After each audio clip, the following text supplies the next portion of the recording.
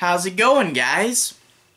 My name is Zach with the Movie Castle, and today we're going to be taking a look at Stuff of Nightmares, The Monster Makers. This is a new comic book series by R.L. Stine, and I believe the idea is that every 4 issues it would change to a new story with the same host. So you get this host, the Nightmare Keeper, and he has a big museum of a bunch of haunted objects, and they'll remind him of stories that he'll start telling to the audience, and every 4 issues, the story, I believe, is going to change to something else, so that we'll eventually, like R.L. Stine's other series, Goosebumps and Fear Street, we'll eventually have a nice big collection of stories, this time around, though, in comic book form. I think R.L. Stine did a few other comics before, but that being said, I really am hoping this turns into a good, long-running line of comics telling a bunch of different crazy stories. And this first set of stories, first story, rather, was a really fun one. Sort of R.L. Stine's version of Frankenstein and Reanimator, and a big, crazy bit of insanity that all comes crashing down into a bunch of violence. But we get these 2 brothers, they're scientists, and this woman who's helping them that both the brothers kind of have a romantic interest in. They have this lab where they're trying to create a Frankenstein's monster inspired by the story, and they've had varying amounts of success and created a whole bunch of, I think they call them mongrels, a bunch of failed experiments, and we of course also get their most successful thing, this little baby Frankenstein called Frankie. So they've had a little bit of success, and then eventually their lab is discovered, they have to go on the run, and a bunch of backstabbing and betrayal happens, and things do not go cleanly for the brothers, and their scientific experiment, of course, is going to go horribly awry. But I don't want to spoil any of the plot specifics. That being said, I really did like this book. The book's aimed at a little bit of an older crowd, probably more Fear Street than Goosebumps. There is a little bit of violence and gore in this comic because you're dealing with Frankensteins. That's automatically chopping up bodies and sewing them together. And the mongrels are not going to be too nice. You know, they are very hungry creatures. And there's several moments in this book right off the bat, even from issue 1, some deliberate twists that really turn the story on its head and tell a story that in retrospect you really should have saw coming, but when you're reading the book you'll be like, oh, how did I not see that coming? And there's several fun twists and turns. I mean, it is Stine, and it does lead to a big over-the-top ending. That being said, though, this is only 4 issues, and a large part of me wishes it was longer. Modern comics are really trying to sell that whole 4-issue plot arc thing. They can put out the graphic novels a little faster and for a little cheaper. And to be fair, Stine usually does work pretty short, so it's not bad. But I do wish this was just 1 or 2 issues longer, and the ending did come crashing down in a big horrific way. Granted, it was heavily inspired by Reanimator, so it totally fits, but I kind of wish I had a little more time to relish in the big destruction at the end. But that being said, even though it does wind up ending a little quick, it does use the quick ending to be big and horrific and crazy, so I can't really fault it there. But overall, I really did like the idea of doing a reinvention of the Frankenstein / Reanimator story, putting R.L. Stine's twisty little spin on it, and going in and having a really enjoyable run, even though it's only 4 issues long. And I really hope we get another run of Stuff of Nightmares. It was a really fun comic. I like Stine's work, and I would love to see a whole shelf full of these things. That would be really nice. Anyway, without further ado, if you guys do want to see more of the story, I'm not going to be doing any major spoilers, but if you want a little bit more of the story, a little bit more of the art, we're going to go ahead and switch to the close-up camera. I'll show you guys the books, I'll crack a couple of them open, and we can get a little bit of a look at the story.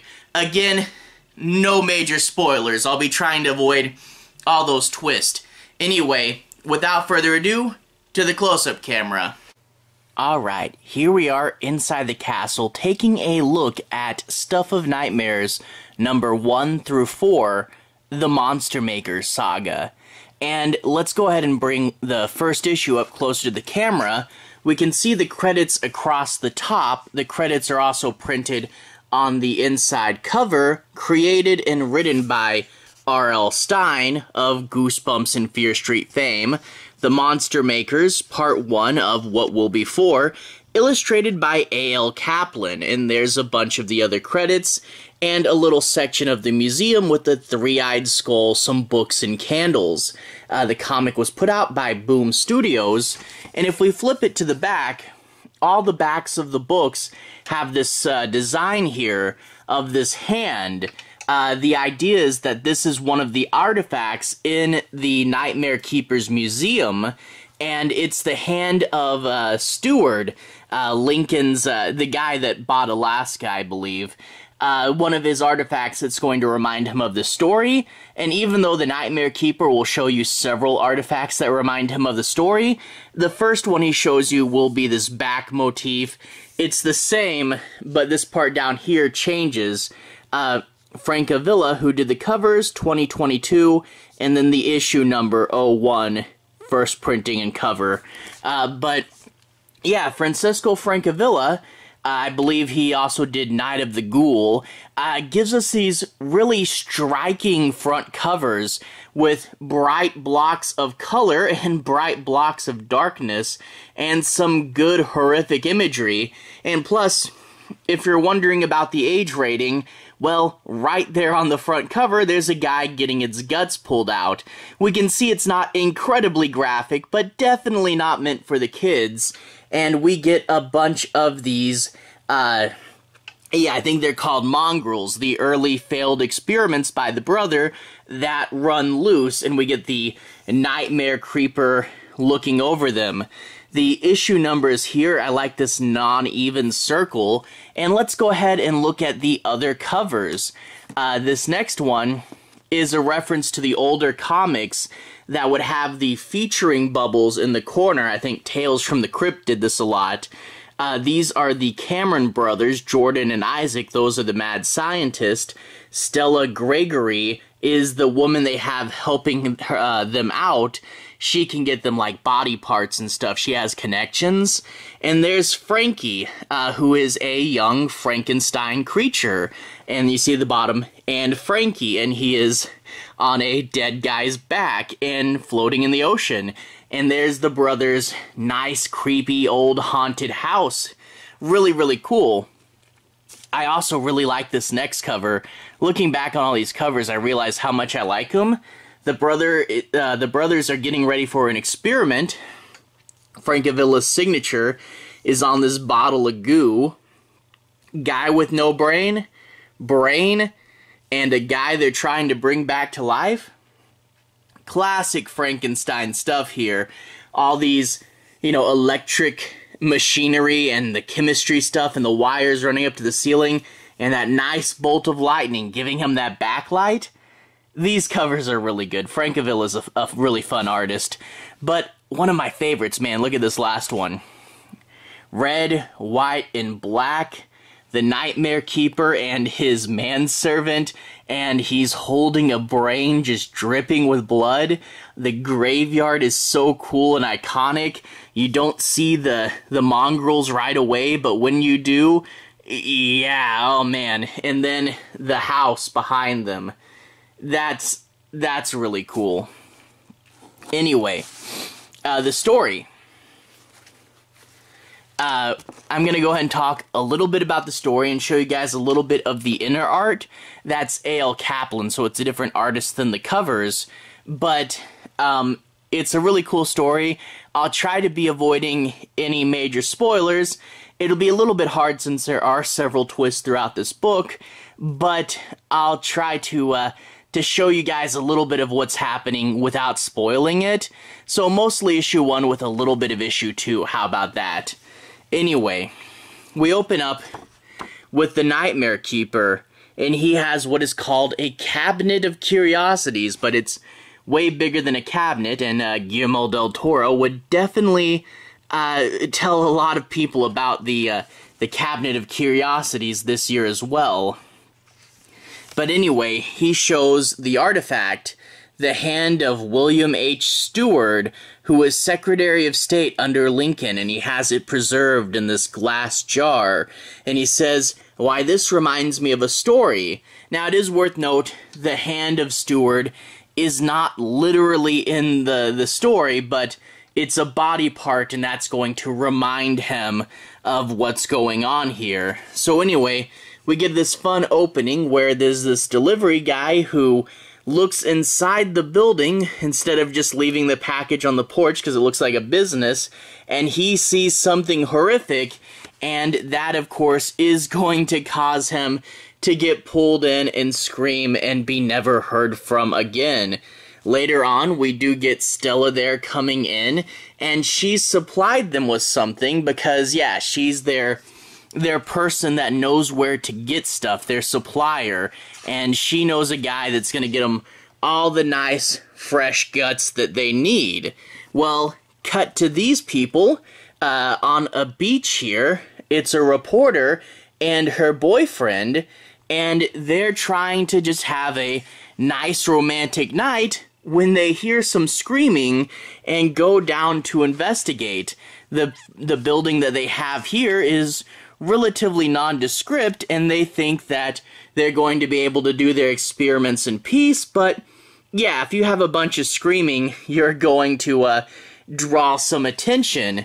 And at first they think they can say, oh, it was nothing, but of course, Frankie wanders out, and Frankie is their first real successful experiment.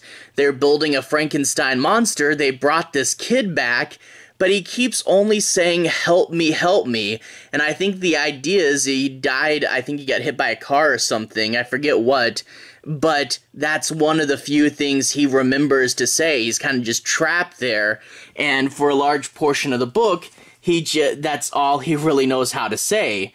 Now, of course, this is going to lead to the discovery of the mongrels here in their cage.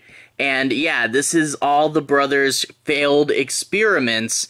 And yeah, the reporters here are definitely getting a look at something the brothers really wish they shouldn't, and why they're going to try to talk their way out of this situation, come up with some sort of a deal that's obviously not going to work, and the brothers are going to go on the run. And unfortunately, during the chaos, the mongrels are going to get out, and yeah, like I said, they do like human flesh, and it's going to be sort of this metaphorical fire that keeps burning, and why the brothers are doing other stuff definitely leads to a bunch of rampant destruction.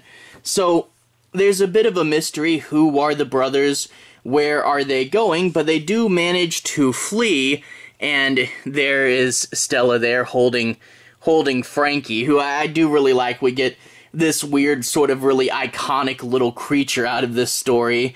But they go to a place the brothers used to hang out at when they were younger, this big old abandoned house, and you know me, I do like haunted houses. It's a nice change of pace. You know, it was a little innocuous building at first, but now it's a haunted house that appears to be abandoned.